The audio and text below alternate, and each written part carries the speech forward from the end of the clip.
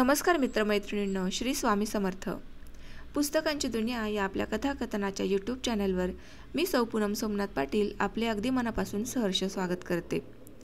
मित्रांनो, सध्या आपण आनंद यादव सरांची घरभिंती ही आत्मचरित्रात्मक कादंबरी वाचत आहोत.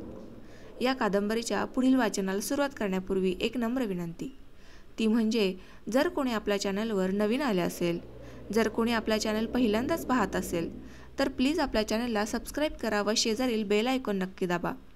त्याचबरोबर तुमचे अभिप्राय मते मला कमेंटद्वारे सांगायला अजिबात विसरू नका. आणि हो, व्हिडिओ आवडल्यास तो जास्तीत जास्त शेअर करा. शेअर करणं हे अत्यंत आवश्यक आहे. तर चला मग वाचनाला सुरुवात करूयात.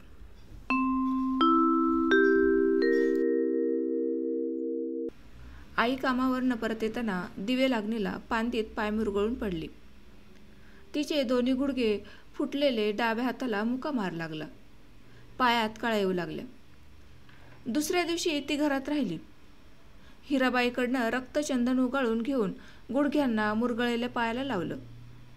तिचं डावं मनगट आणि खांदा दुखत होता म्हणून ती झोपून राहिली. कागलातला माझा 4था दिवस होता. मी तिच्याशी बोलत बसलो. आंदा, तुला आता एवढा लोक व्हावा अशी माझी इच्छा आहे बघ. नातवाचं तेवढं तोंड बघितलं की मी माराय मोकळी. आता बाळूचं तोंड बघून 20-22 वर्ष झाली की तुला. पुन्हा आणि आता नातवाचं तोंड बघावं वाटत असेल तर बोलवून घे त्याला. म्हणजे मारायला मोकळी झालीस आई तू. मी आईला खुलवण्यासाठी गमतीनं बोलू लागलो. तसं बोलल्याशिवाय तिची उदासी जात नाही असा माझा अनुभव होता. अरे तो लेकीचा ल्योक, परक्याचा वंशाचा तो दिवा. भले परक्याचा कसला, शिवाप्पा जाधवाची तू लेक आणि बाळू शिवाप्पा जाधवाचा सख्खा नातू. तुझ्या धाकट्या भावाचा पहिला पोरगा म्हणून तुझ्याच वंशाचा दिवा नव्ह का तो. तो माझ्या वासाचा दिवा नव्ह, माझ्या वासाचा तू दिवा. तुझ्या वासाचा दिवा मला बघायचा आहे. असं भय म्हणजे दादा तुला इतक्या शिव्या देत होता. जा तुझ्या माहेराला असं म्हणत होता. तुझा दिवटा लोक शिवाजीराव तुला तुझं हितं काय आहे, तुझा माळ्याच्या गल्लीला असं म्हणतोय. ते सगळं खोटंच होय. मला वाटलं होतं दादाचा शिवाचा वंश तुला आपला वाटत नसेल. तुझ्या बाचा भावाचा लेकीचा वंश तुला आपला वाटल. मी चतुराई करत होतो. उगच फाटं फोडू नको रे बाबा. मला एक सांग, कीर्तीला आता 7-8 वर्ष झाली की.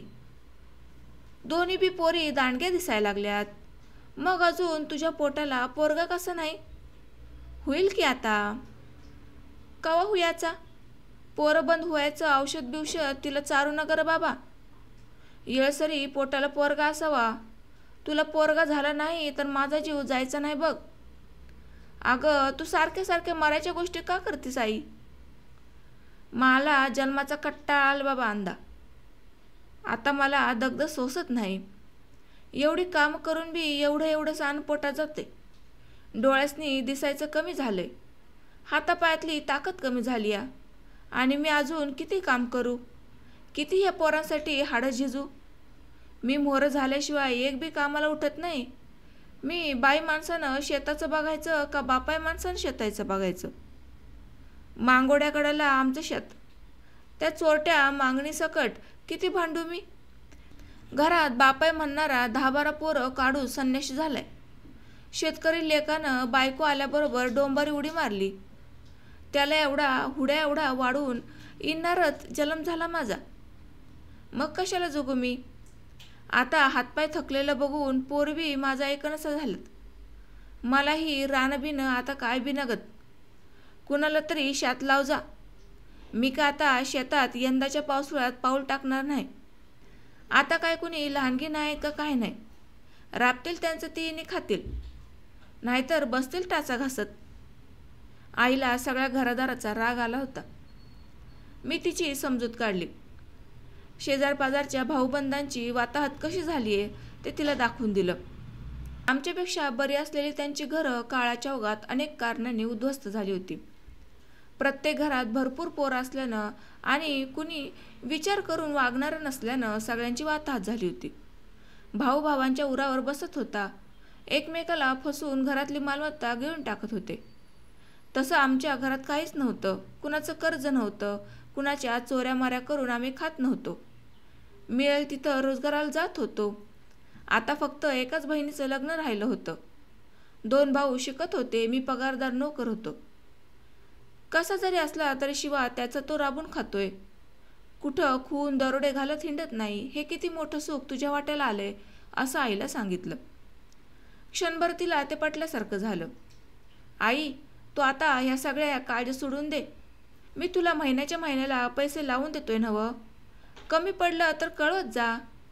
तुला मी कवा पैसा कमी पडून दिलाय का? मागतीस तेवढं लावून देतोयस नवं. मग कशाला राबायला आणि रोजगाराला जातीस? पोरेसनी वाटलं तर जाऊ दे. शिवाय आगळा झालाय, त्याचं पोटपाण्याची कटकट कमीच झाली असं समजायचं आणि सुखानं घरात बसून खायचं. कवा जीवाला वाटलंच तर शेतात कामाला जावं, वाटलंच तर म्हसरं घेऊन चारायला जावं. तेवढंच पाय मोकळं होत्यात. ती थोडी थंड झाली. मी मामाकडे जाऊन आई पडल्याचं सांगितलं. येऊन जा असं म्हटलं. जाता जाता धोंडूबाईच्या घरात घटकावर बसलो. स्मिताच्या माहेरात तासभर गप्पा मारल्या आणि परत फिरलो. रस्त्यानं जाताना गाव ओसाड वाटू लागलं.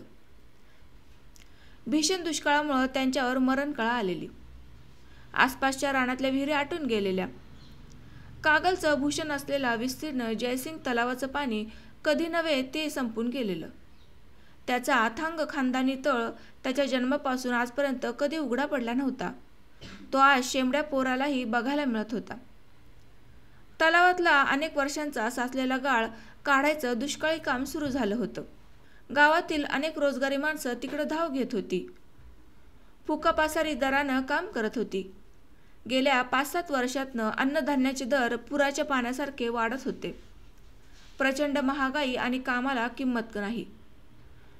रोजगाराचे दर 4 वर्षांपूर्वी जिथं होते तिथंच राहिलेले. त्यामुळं दिसभरचा रोजगारही पोटाला पुरत नव्हता. संध्याकाळी दारात बसलो होतो. कुस्त्या करणारा सुताराचा शामराव निम्मा उरलेला. क्षयरोग झाल्यागत वाटत होता. आजारी आहेस का रे म्हणून विचारायचं धाडस झालं नाही. कारण काय आनंदराव म्हणून हसत मुखानं माझ्याशी तो गप्पा मारू लागला. घटकाभर उभा राहून बरंच बोलल्यावर कळलं की सुतारकाम बंद झालंय. रोजगाराला जात होता. त्याच्या तब्येतीला काही झालं नव्हतं. लग्न झालं होतं. 2 पोरं पोटाला होती. त्याच्या तोंडात रोज काय घालायचं हा प्रश्न त्याला पडला होता. पूर्वीसारखं नांगर, कुळव, गाड्या, मोटवणी तयार करण्याची किंवा दुरुस्तीची कामं त्याला मिळत नव्हती. ट्रॅक्टर, ट्रॉली, पंपामुळं सगळा जमाना बदललेला. नवी लोखंडी अवजारं आलेली. त्यांच्या दुरुस्त्यातलं त्याला काही कळत नव्हतं.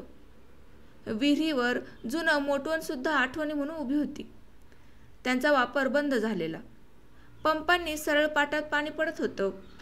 हळूहळू शामरावचा सुतार मोठा बंद झाला. काय करावं कळेनासं झालं म्हणून हळूहळू कामाला जाऊ लागला. उरलेल्या वेळात किरकोळ सुतारकाम करू लागला. ऐन 40शीत म्हातारा झाल्यागत वाटत होता. हा 8-10 वर्षापूर्वी कुस्त्या करत होता. दानपट्ट्याच्या पानागत मैदान थालून दुपटीनं बोजड वाटणाऱ्या गडालाही बघता बघता गारद करत होता. हे आता कुणाला सांगून पटलं नसतं. अंगावरची चरबी मांस गिधाडांनी खाल्ल्यागत सांगाडा शिल्लक राहिलेला. दिवसभर माझं प्रबंधाचं काम चाले. वाचन आणि त्यातून निर्माण होणारे अनेक वाङ्मय प्रश्न, त्या प्रश्नांवर होणारं चिंतन, त्यांची सुचणारी उत्तरं, समोर पडणारे पांढरेशुभ्र कागद, माझं PhDचं स्वप्न. मी या सगळ्यात दिवसभर बुडून जाईल. संध्याकाळी बाहेर बसल्यावर भेटणारे लोक, त्यांचे जगण्याचे प्रश्न, गावाला वेटाळून बसलेला दुष्काळाचा कालसर्प, त्याच्या विषारी उच्छ्वासांनी अर्धमेले होणारी जनावरं, पाखरं आणि माणसं, या सगळ्यांचा आणि माझ्या संशोधनाचा काय संबंध ते मला कळेना. या संशोधनात मी गेली 5-6 वर्ष घालवणाऱ्या माझा आणि या गावचा काही संबंध आहे की नाही? गोतावळ्यानं नुसती वाङ्मयीन महत्त्वाकांक्षा वाढवली आहे. अलीकडे आपण गावातल्या मित्रांकडं गप्पा मारायलाही जात नाही. त्यांनीच आपल्याकडे यावं अशी अपेक्षा धरतो. तशातही आपण वसंत लेले, विम बोते, GD गुरव या वाङ्मयप्रेमी मित्रांना जास्त रमतो. GD गुरवांकडून न कळणारी दुष्काळी माहिती सोडली तर आपण वाङ्मयीन गप्पा जास्त मारतो. हे मित्र आपल्या साहित्याचे भोगते. त्यांच्या तोंडून अधूनमधून येणारं आपल्या साहित्याचं कौतुक ऐकायला आपण जास्त उत्सुक असतो. वळणं घेऊन चर्चा आपल्या साहित्यावर आली की आपल्याला बरं वाटतं. बाकीच्या मित्रांची आपण अलीकडं कमी चौकशी करतो असं वाटून मनाला रुखरुख लागून राहिली. सुट्टीत आलो की एखाद्या वेळी मधुकर सनगरकडं चहाला जात असे, तसा गेलो. मधू स्वतंत्र झाला होता.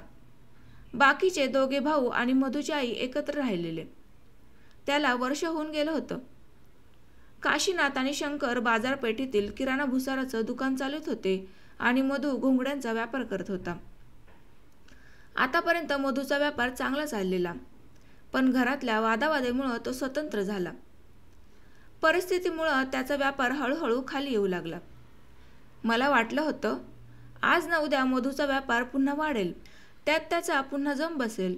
स्वतंत्र झाल्यामुळं मधूला भांडवल कमी पडत असेल, पण तो व्यापार चतुर असल्यामुळं लवकरच त्याचं भांडवल वाढेल म्हणून मी त्याची घरगुती चौकशी फारशी करत नव्हतो. भावाभावातील भांडणं त्यांची चौकशी केली तर भिंतीपलीकडे राहणाऱ्या त्याच्या भावांना ते ऐकायला जाईल. भावनेच्या भरात मधू त्यांच्याविषयी काहीतरी बोलेल आणि ते आपणास मुकाटपणे ऐकावं लागेल. मग त्याच्या भावांना वाटेल की माझीही त्याला अनुमती आहे. मला ते नको होतं, कारण मधू स्वतंत्र राहण्यापूर्वी त्याच्या घरातल्या सगळ्यांशीच माझे संबंध होते. पण यावेळी मधूनं माझ्याकडे 5,000 रुपये कधी नव्हे ते उसनवारे मागितले. व्यापार फारच खाली आलाय, वस्तूच्या किमती भरमसाठ वाढल्यानं भांडवल अजिबात कमी पडायला लागले असं तो म्हणाला. मला तेवढे पैसे देणे अशक्य होतं. खरं तर दुष्काळामुळं माझीही ओढाताण होत होती. घरी सतत पैसे पाठवावे लागत होते. माझा संसार, घराचे हप्ते यामुळं शिल्लक काहीच पडत नव्हती. तरी मधूला मदत करणं माझं कर्तव्य होतं. म्हणून मनाशी विचार केला, गोतावळाला पारितोषिकच मिळालं नाही असं समजून वागू आणि पारितोषिकाचे 1,500 रुपये मधूला देऊया. माझ्या सगळ्या अडचणी सांगून शेवटी मधूला मी म्हणालो, मला 5,000 रुपये काही अडचणीमुळे देता येणार नाहीत, तरी बी 1,500 रुपये पुण्याला गेल्याबरोबर मी तुला पाठवून देतो. तिथं पैशाचा प्रश्न संपवला आणि बाकीची बोलणी सुरू केली. माझ्या एक लक्षात आलं की लोकरीच्या किमती भरमसाठ वाढल्या आहेत. त्यामुळं सुतांच्या किमती वाढल्या आणि त्यामुळं घोंगड्याच्या किमती वाढल्या. घोंगडं म्हणजे गरिबांचं कवचकुंडल. गरिबाला परवडेल अशा किमतीत मिळणारं. पावसाळ्यात पावसापासून संरक्षण करण्यासाठी ते कायम उपयोगी पडे. ते अंथरायलाही उपयोगी पडे आणि पांघरायलाही उपयोगी पडे. त्याची लांबी भरपूर असल्यामुळं रानात वस्तीला जाणारे शेतकरी ते अर्धे अंथरत आणि अर्धे पांघरत. खालवर घोंगडं घालून निजण्याची कुणब्याची पद्धत तशी जुनीच होती. सुगीत मोठा बांधून कणस कोंडा आणणं, सळं घालून त्यात प्रसंगी कापूस भरणं सगळ्यात सोपं. ते मळत नसे. झटकलं की स्वच्छ. वर्षातून कधीतरी एकदा पाण्यातनं नुसतं बुचकळून काढलं की तासाभरात वाळून जाई. पुन्हा त्याची डोईवर खोळ घेऊन शेतकरी भाऱ्याचं, गवताचं किंवा कशाचंही ओझं घ्यायला तयार होई. त्यामुळं घरोघर प्रत्येक पुरुषागणित एक एक घोंगडं असेच. पण शहरात शाल, ब्लँकेट निर्माण करण्याचे कारखाने निघाले. त्यासाठी तिकडची माणसं खेड्यावर येऊन धनगराकडनं भाराभर चढ्या भावानं लोकर खरेदी करू लागले. मेंढरवाल्या धनगरांना चढ्या भावानं पैसा मिळू लागला आणि गावातील लोकर शहरात जाऊ लागली. खेड्यातील लोकर शहरात गेल्यामुळं घोंगड्यांचं रूपांतर शाल, ब्लँकेट, रग इत्यादीत होऊ लागलं. त्याचा वापर पैसेवाले, शहरवासी, सुशिक्षित गरम उभेसाठी करू लागले. परिणामी घोंगडी विणणाऱ्या सनगर समाजाचा व्यापारधंदा मोडकळीला आला. तरीही मधू आजवर ज्या धंद्यानं जगवलं, यश दिलं, तो धंदा आज ना उद्या पुन्हा यश देईल म्हणून पुन्हा पुन्हा उभा करण्याचा प्रयत्न करीत होता. मला मधूचं भवितव्य कठीण दिसू लागलं. सुट्टीवर आल्यापासून मांगाचा शिरपा एकदाही भेटला नव्हता, म्हणून मी त्याच्या घराकडे सहज फिरत फिरत गेलो. शिरपा घरातच दाराच्या तोंडाला पायावर पाय घालून बसला होता. अंगावर चिंध्याबोत्र झालेलं कुडतं. सकाळची वेळ असूनही घरात चूल पेटलेली दिसत नव्हती. या, मला अनपेक्षित बघून तो चमकला. त्यानं चटकन उठून शिंदीच्या पानाचा बोऱ्या पसरला. तुम्ही कशाला आलायसा इकडं? कुणाला तरी सांगून लावून द्यायचं, मी आलो असतो तिकडं. मी बोऱ्यावर बसत बसत बोललो. कुठं कामाला नाही गेलास वाटतं? नाही, तो शांतपणे बोलला. का? कुठं आहे ती काम आता? सगळीकडची इंजिनं बोंबलत गेली. इलेक्ट्रिकवरची पंप आल्यात. हिरीवर बसवली की पाटात पाणी. तासाच्या आत एका माणसाला पंप बसवता येतोय. इंजिनाला 4 माणसं दिसभर बसवायला लागतात.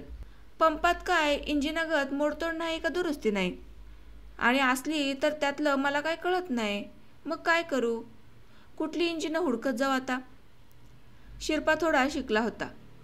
10-12 वर्षांपूर्वी हळूहळू त्याने इंजिनाची कामं शिकून घेतली होती. गल्लीत आबाजीच्या वडिलांच्या गुऱ्हाळासाठी ऑइल इंजिन आणि घाणा म्हणजे चरक भाड्यानं देण्याचा उद्योग होता. त्यात शिरपानं रिपेरिंगची कामं शिकून घेतलेली. 1960 पूर्वी आमच्याकडं म्हणजे कोल्हापूर इचलकरंजी भागात ऑइल इंजिने छोटे मोठे अनेक कारखाने होते. हा भाग बराचसा बागायती शेतीचा, विहिरी भरपूर, नद्यांना पाणीही भरपूर. त्यामुळं पाणी ओढण्यासाठी बहुतेक शेतकरी इंजिन वापरत. त्यांची दुरुस्ती जागेवरच करणं सोयीचं असे. असली कामं शिरपा करत हिंडत असे. त्याचं त्यावेळी बरं चाललं होतं. पण 1960च्या आसपास या भागात कोयनेची वीज आली. डिझेल, क्रूड ऑइल, पेट्रोल दरम्यानच्या काळात हळूहळू महाग होत गेली. महागाई वाढत गेल्यानं इंजिन महाग झाली. विजेवर चालणारे पंप आणि मोटारी आल्या. त्या इंजिनाच्या मानानं खूप स्वस्त आणि विजेचा खर्चही कमी. शिवाय पाण्यावर इंजिनं बसवण्यासाठी जी यातायात करावी लागत होती त्यामुळं इंजिनाच्या जागी पंप, मोटरी यांनी घेतली. गेल्या 5-7 वर्षात तर हे झपाट्यानं झालं. साखर कारखाने असल्यामुळं गुऱ्हाळं ही कुणीच करण्यास झालं. ऊस कारखान्यांना जाऊ लागले ने गुऱ्हाळाचीच इंजिनं चरखं मोडीत निघाले. शिरपाचे हात काढून टाकल्यागत झालं. आता त्याला पै मिळणाऱ्या मजुरीशिवाय दुसरा उद्योग नव्हता. त्यामुळं घरदार उपाशी मरू लागलं. बोलता बोलता मी शिरपाला म्हणालो, आई म्हणत होती की अलीकडं शिरपा घराकडे येत नाही म्हणून. असं का केलंस? तो कसनुसा हसला, काहीच बोलला नाही. आमच्या घरात तुला कुणी बी काय बोलायचं नाही, मी म्हणालो. छे तसं काय नाही. मलाच अवघड झाल्यासारखं वाटतंय, शिरपा बोलला. काय? हे अंगावरचं बघतंच नवं. किती केलं तरी मी मेस्त्री गडी. निदान अंगावर कापडं तरी धडशी असायची माझ्या. आता ती बी नाहीत. असं अवघडा वागडंच घराकडं कसं येऊन गावात तरी कसं जाऊ? मी चरकलो. तो विषय हळूच बाजूला सारून दुसरं काही बोलू लागलो. घटकाभरानं घराकडं जायला उठलो. वाटलं असंच उगवतीच्या आळीनं परड्याकडनं घराकडं जावं. म्हणून मांगोड्याच्या उगवतीला वळालो. जवळची वाट होती. काळ्या सांडपाण्याची डबकी, मध्येच हगलेली बारकी पोरं, वळचळणीला पडलेली डुकरं, कुजलेल्या कुडाची जुनी छपरं नजरेसमोर जाऊ लागली. त्यातच बसून पोरं खेळत होती.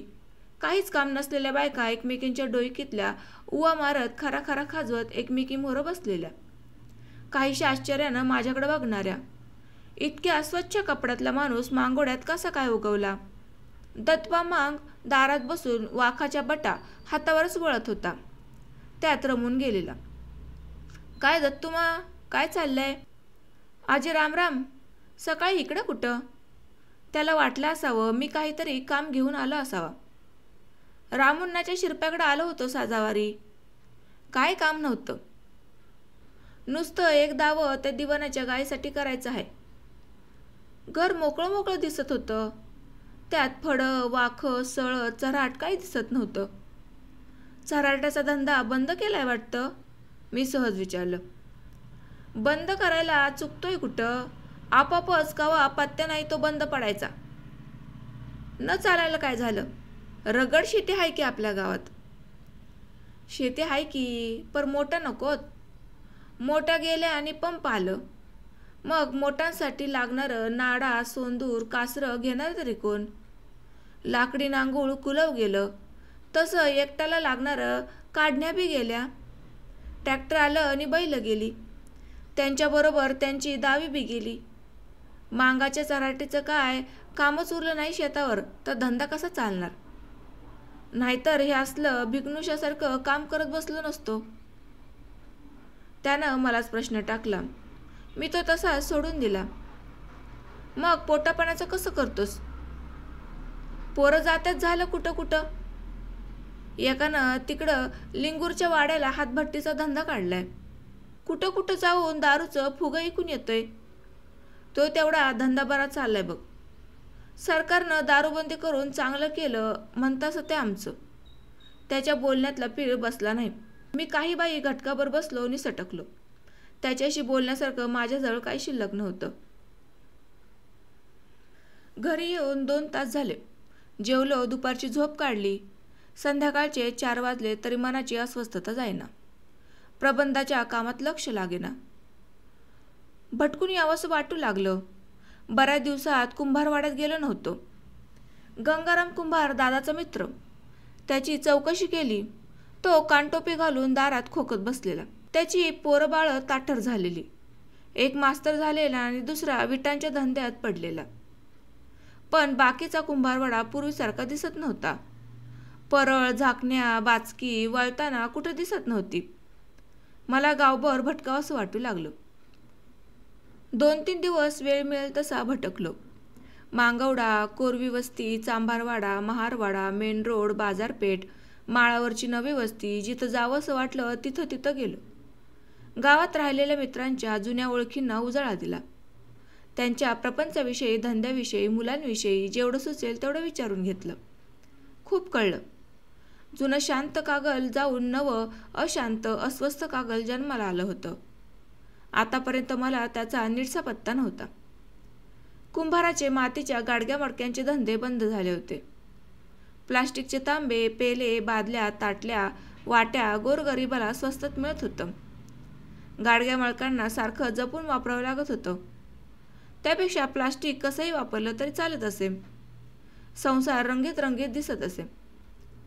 तुटलं फुटलं तरी भंगार माल म्हणून परत विकावं जात होतं. 4 पैसे पुन्हा मिळत होते. माळावरचे नव्या बांधकामाचा विटा खापण्यासाठी उपयोग होई. पण आता पूर्वीसारखी माती फुकट मिळत नव्हती. ती विकत घ्यावी लागत होती. विटांचा खप वाढल्यानं नदीकाठच्या अनेक शेतकऱ्यांनी वीट कारखाने सुरू केले होते. कुंभारांना रोजगार देऊन विटा पाडल्या जात होत्या आणि पैसा बागायतदाराला, मळीवाल्या शेतकऱ्यांना मिळत होता. प्लास्टिकच्या छोट्या मोठ्या बुट्ट्या, शिबरी तयार होत होती. त्यामुळं कोरव्यांच्या बुट्ट्या, पाट्या तयार करण्याचा धंदा निकामी झालेला. मुळाचे गट्टे कापून त्यांचा सुंभ तयार करण्याचा त्यांचा उद्योग मोठा असे. शेतकऱ्याला बाजलं विणण्यासाठी सुंभ नेहमी लागत. गरिबाच्या प्रत्येक घरी एखादा तरी बाजला असे. पण तिकडं बाळंतिणीच्या बाजल्यावरही बाळ होत नसत. ती वस्तूच हळूहळू नष्ट झाली. रंगीत कापडी पट्ट्यांच्या खाटा आल्या. हातमागाचं कापड कोणी वापरेनासं झालं. त्यामुळं साळ्या कोष्ट्यांची कामं बंद झाली. टेरिकोन, टेरिकॉट असलं नवं कापड आलं. त्याचा परिणाम हातमागाच्या धंद्यावर झालेला. चामड्याच्या चपलांपेक्षा रबरी स्लीपर्स खूप स्वस्त होती. गोरगरिबाला थोडक्या पैशात पायाखाली आधार मिळत होता. चामडं खूपच महाग झालेलं. परदेशाला पाठवलं जातंय असं कळलेलं.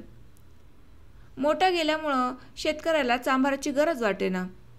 मोठाबरोबर लागणारी पांगण गेली, बैल गेली. त्यामुळं त्यांना जुंपायला लागणाऱ्या जुंपण्या, सातप्या गेल्या. चाबूक, वाद्या गेल्या. बैलांच्या गळ्यात बांधायचं चाळ, घुंगराचं पट्ट, सोनेरी रिगा, मारलेल्या झुरमुळ्या, मोरक्या हेही गेलं. चांभाराचा धंदा चालवणार कसा? गरीब चांभाराला रोजगाराशिवाय कामच मिळेना. दलितांच्या चळवळीमुळं काही काळ महारवाड्यात मेलेल्या जनावरांचं चामडं सोलण्याचं काम बंद पडलं. पण आता गेल्या 5-7 वर्षात परिस्थिती उलटी झाली. चामडं सोलण्याची इच्छा असूनही पूर्वीसारखी पड पडत नव्हती. पूर्वीचा शेतकरी श्रद्धेनं जनावर सांभाळी. थकली की दावणीलाच मरू देई. मरेपर्यंत त्यांना पेंढी पेंढी वैरण पाणी घालत. मेली की महारांना दिली जात असत. पण आता शहरात कत्तलखाने निघाले. चामड्याला भाव असल्यानं ज्या थकलेल्या बिनकामाच्या जनावरांना पूर्वी 1 पैसाही मिळत नसे, त्यांना आता बऱ्यापैकी पैसा येऊ लागला. जगणं कठीण झालं, पोटपाणी महाग झालं. त्यामुळं गोरगरीब शेतकरी कुणबियांच्या मनात होईल त्याचा पैसा करावा असं येऊ लागलं. भाकड जनावरं कत्तलखान्याला मुकाट जाऊ लागली. मधले हेडे मरतुकडी जनावरं विकत घेऊन कत्तलखान्याला नेऊ लागले. 4 पैसे कमावू लागले. महारांचा तोही धंदा गेला. त्यांचा रोजगार चुकत नव्हता. शहरात ना खेड्यात स्टेनलेस स्टीलची भांडी अशीच झाली. तांब पितळ अतोनात महाग झालं आणि कल्हईवाल्या लक्ष्मणचा घरादाराचा गणगोतांचा धंदा पार बुडाला. शेतकरी नकळत ट्रॅक्टर वापरू लागला होता. त्याच्या दुरुस्तीसाठी त्याला कोल्हापूरला जावं लागत होतं. ट्रॅक्टर ज्या कंपनीचा त्याच कंपनीचे स्पेअर पार्ट आणावे लागत होते. ऑइल तर सतत लागे. त्यासाठी त्याला भरपूर पैसा रोखीनं मोजावा लागत होता. इंग्रजी खतं नाना प्रकारची आली होती. सुधारलेली बी बियाणं आली होती. पिकावरील कीड मारण्यासाठी नवी नवी औषधं, फवार पंप आले होते. त्यांच्यासाठी भरपूर पैसा मोजावा लागत असे. हे सगळं शहरात मिळत असे. त्यांच्या निरनिराळ्या कंपन्या, निरनिराळे ऑफिसेस, निरनिराळे श्रीमंत एजंट असत. या कंपन्यात एजन्सीत भरपूर पगारवार भरून अधिकारी आणि भरपूर कामगार काम करत होते. त्या सगळ्यांचा खर्च, पगार, ऐशोआराम, भांडवलाचे व्याज भागेल असं पाहून त्या वस्तूंच्या किमती ठरवल्या जात होत्या. त्या किमती गावच्या शेतकऱ्यांना रोखीनं मोजाव्या लागत होत्या. म्हणजे गाव पिकवत होतं आणि त्याचा सगळा पैसा आता शहरात जात होता. मी कागलात हायस्कूलात शिकत होतो तोपर्यंत असंच काही नव्हतं. 12 बलुतेदार शेतकऱ्याला मदत करत होते. औत अवजारं गावातच तयार होत होती. शेतकऱ्यांची हर चीज गावात मिळत होती. जनावरांची शेणखतं भरपूर तयार होत होती. साळी, कोष्टी यांची हातमागावरची कापडं वापरण्यात शेतकऱ्याला भूषण वाटत होतं. त्यामुळं शेतकऱ्याचा पिकणारा सगळा पैसा गावातच राहत होता. जणू तो सगळ्या गावकऱ्यांना काही ना काही घेऊन वाटला जात होता. गोरगरीबही आपापलं धंद करून सुखी होते. आता गावातल्या शेतकऱ्यांसह सगळ्या बलुतेदारांचे धंदे शहरातल्या कारखान्यांनी, श्रीमंतांनी काढून घेतले होते. धान्याच्या बाजारपेठाही शहरात ठेवल्या होत्या. तिथले लोक ठरवतील त्या किमतीला शेतकऱ्यांना झक मारत माल विकावा लागत होता. शेतकरी संपूर्ण परस्वाधीन झाला होता. त्याची शेती त्याच्या हातात राहिली नव्हती. त्याची औत अवजारं गावच्या हातात राहिली नव्हती. कुंभार चांभाराचे धंदे त्यांच्या हातात राहिले नव्हते. सगळे सुधारणेच्या नावाखाली शहरात गेले होते. श्रीमंतांच्या कारखान्यात गेले होते, एजंटाच्या कंपन्यात गेले होते. मी गावातनं भटकत होतो आणि मन सगळ्यातनंच भटकत होतं. कागलच्या मध्यावरचा मेन रोड हा हळूहळू पुण्याच्या वैभवशाली लक्ष्मी रोडसारखा दिसत होता. पूर्वीची साधी वाटणारी हॉटेलं झगमगीत ऐटदार दिसत होती. कापड बाजारात रंगीरंगी कापडांची कपाटं वाढली होती. ग्राहकांना बसायला पूर्वी खास असं काही नव्हतं, पण आता गाद्या गिरद्या पसरलेल्या दिसत होत्या. पूर्वीचे बैठे धोतरवाले साधे व्यापारी जाऊन आता काउंटरवर टेबल्स आली होती. व्यापारी इस्त्रीच्या पोशाखात खुर्च्यावर बसलेले दिसत होते. भांड्याच्या दुकानांची संख्या वाढली होती. मोटार पंप, रासायनिक खतं, सुधारलेली बी बियाणं, पवार पंप, शेतीची यांत्रिक अवजारं यांच्या एजन्सीज आल्या होत्या. विजेच्या उपकरणांची दुकानं आलेली दिसत होती. औषधांची दुकानं वाढली होती. पूर्वी एकच बँक होती, आता 3 बँका झाल्या होत्या. एसटी स्टँडवर पूर्वी पोकळ्याची आणि माळ्याची अशी 2च टॅक्सीज होत्या. आता 10-12 टॅक्सीज झाल्या होत्या. डॉक्टरांची संख्या वाढली होती. निरनिराळी सरकारी ऑफिस झाली होती. मुख्य म्हणजे गावाबाहेरच्या माळावर नवी वसाहत झपाट्यानं वाढत होती. मोठमोठे बंगले बांधले जात होते. पांढरपेशी अभियंत्यांची, अध्यापक प्राध्यापकांची, विकास योजनेतील अधिकारी वर्गाची घरं तिथं नवनव्या हाऊसिंग सोसायट्यात आणि स्वतंत्रपणेही भराभर बांधली जात होती. स्वच्छेने टापटिपेने राहणारा फॅशनेबल नोकर वर्ग वाढला होता. कागल कोल्हापूरला खेपा घालणाऱ्या, कोल्हापूरहून कागलात येणाऱ्या, खेड्यांवर जाणाऱ्या एसटी गाड्यांची संख्या भरपूर वाढल्यानं खेड्यापाड्यात जन्मलेला आणि कोल्हापुरात बराचसा नवा मध्यम वर्ग कागलात येऊन राहत होता. 10-12 मैलांवरचा कोल्हापुरातील ऑफिसेसमधील रोज जाणं येणं त्याला सहज शक्य होतं. त्यांचा वावर मेन रोडवरल्या अनेक दुकानातून, विक्री केंद्रातून वाढलेला दिसत होता. गावातले मुख्य रस्ते डांबरी झाले होते. स्कूटर्स, मोटरसायकली, छोट्या गाड्या भरपूर प्रमाणात हिंडू लागल्या होत्या. दोन्ही सिनेमा थिएटर जोरात चालू होती. कागल श्रीमंत झाल्यासारखं वाटत होतं. कागलातल्या पूर्वीच्या व्यापाऱ्यांची पोरं आपापल्या सुधारलेल्या दुकानात दिसत होती. इनामदार, वतनदार, राजकारणातले कार्यकर्ते यांच्या पोरांनी एजन्सीज काढलेल्या. नवी नवी आधुनिक साधनांची दुकानं काढलेली दिसत होती. गावातल्या ब्राह्मण वर्गाला पूर्वीच्या शिक्षक अध्यापकांची, कारकुनी, सुपरिटेंडेंटची पोरं शिकून झकपक नोकऱ्या करताना दिसत होती. क्वचित छोट्या शेतकऱ्यांची, चांभार कुंभारांची पोरं ही तृतीय श्रेणीतल्या नोकऱ्यात गावाहून हिंडताना दिसत होती. गाव त्यामुळं सुधारल्यासारखं वाटत होतं. वडार वस्तीतनं घराकडं परत चाललं होतं. पोटाला खाण्यासाठी रान उंदीर मारून वडारांचा एक ताफा रानातनं परत येताना दिसला. लहानपणीचा कुयप्पा आता चांगला बापच झाला होता. मला प्रश्न पडला, कोणतं कागल खरं? हे की मगाशी पाहिलेलं ते? गाव गरीब झालंय की श्रीमंत? कसली तरी एक अज्ञात दरी गावच्या मध्ये वाढली आहे. तिच्यात कोणीही कोसळू शकेल. इथं कुणीतरी माणसाचे गोठे तयार केले आहेत. त्यात जनावरासारखी राबणारी माणसं बांधली आहेत. दूध पिळून घ्यावं तसं त्यांचं रक्त रोजगाराच्या नावाखाली पिळून घेतलं जातंय. त्यांच्या पोटाला 2 वक्ताला अन्न घालणारी त्यांची परंपरा जाडीभरडी कामं होती. सुधारणांच्या नावाखाली ती जादूनं काढून घ्यावीत तशी हळूच काढून घेतली. ती कधी काढून घेतली हे त्यांनाच कळलं नाही. सुधारणा आणणारी दुसरी कामं मात्र त्यांना दिलेली नाहीत. ती दिली शहरांना, अगोदरच सुस्थिर असलेल्या कारखानदारांना.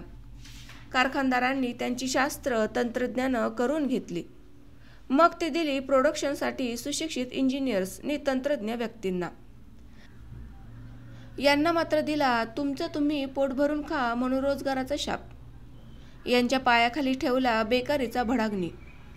उपासमारीत हळूहळू मरण्याची भीषण प्रक्रिया. त्यांना सुधारणेच्या जगातील हिशोबात माणूस म्हणून धरलंच नाही. आधुनिक जगात राबणाऱ्या जनावरात त्यांचा समावेश केला. जनावराचं हे कागल खरं की व्यापाऱ्यांचं? कापड बाजारांचं मेन रोडवर झगमगणारं, विकास योजनेतील हाऊसिंग सोसायट्यात, बंगल्यात ब्रह्म कमळासारखं उमलणारं कागल खरं? हातापायातलं पोटापाण्याचं साधन काढून घेतलेल्या दीनदुबळ्या बलुतेदारांचं कागल खरं? की MIDC मध्ये छोट्या छोट्या उद्योगांच्या नवयंत्रांचं स्वतः रमलेलं आधुनिक कागल खरं? माझं घर या बकाल कागलात आहे की या आलिशान कागलात? दादा, आई, शिवा, त्याची बायको, हिरा, आणसा, फुला या बकाल कागलात दावणीला बांधले आहेत. लग्न होऊन परघरी गेलेल्या बहिणीही त्याच दावणीतल्या. आप्पा या दावणीतनं काहीसा सुटला आहे. घाटगे पाटील कंपनीच्या निवांत सावलीला तो गेलाय. दौला ही दावणीतनं सुटण्यासाठी धडपडतो आहे. आणि मी या दावणीतून सुटून तर 10-12 वर्ष झाली. म्हणून तर मी PhDचा प्रबंध करतो आहे. उच्च श्रेणीच्या प्राध्यापकाचा पगार घेतो आहे. साहित्यिक म्हणून सांस्कृतिक जगात स्थान मिळवून पाहतो आहे. मी चरकलो. एका उत्तुंग कड्याच्या काठावर येऊन मी उभा आहे. तेथून पुढं खोल खोल अथांग अशी दरी पसरली आहे असं जाणू लागलं. ह्या दरीत स्वतःला पडू देता कामा नये. मी ठार होईल. माझं सगळं शिक्षण, कर्तृत्व व्यर्थ होईल. उठलो आणि सुटकेसमधल्या 50 रुपये घेतले. झपाझप कापड बाजारात गेलो. एका सदऱ्याचं आणि एका विजारीचं दणकट कापड खरेदी केलं. परत घरी आलो आणि चिठ्ठी लिहिली. प्रिय शिरपा, तुझ्या लग्नाला मी हजर राहू शकलो नव्हतो. तुला पेहराव करायची इच्छा होती. गेली 10 वर्ष ती राहूनच गेली होती. आता मी पूर्ण करतोय. सोबत सदरा विजारीचं कापड आणि 25 रुपयांची भेट पाठवतोय. तिचा स्वीकार कर. मी किती जरी शिकलो तरी तुझ्या माझ्यात मैत्रीचं अंतर पडू देऊ नको. घराकडं येत जा. तुझा आनंदराव. पत्र घालून प्लास्टिकची पिशवी पाठवून दिली. भीती वाटत होती की प्रत्यक्ष गेलो तर शिरपा ती भेट स्वीकारणार नाही. तासभर मुकाट बसून राहिलो. तेव्हा कुठं भावनाविवश झालेलं मन सावरल्यासारखं झालं.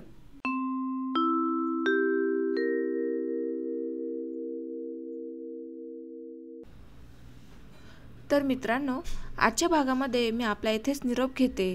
भेटूयात पुढील भागामध्ये. पण तत्पूर्वी आपल्याला वाचन कसे वाटले किंवा ही कादंबरी कशी वाटत आहे याचे अभिप्राय मला कमेंटद्वारे नक्की सांगा. तर चला मग मी आता तुमचा इथे निरोप घेते. भेटूयात पुढील भागामध्ये. धन्यवाद.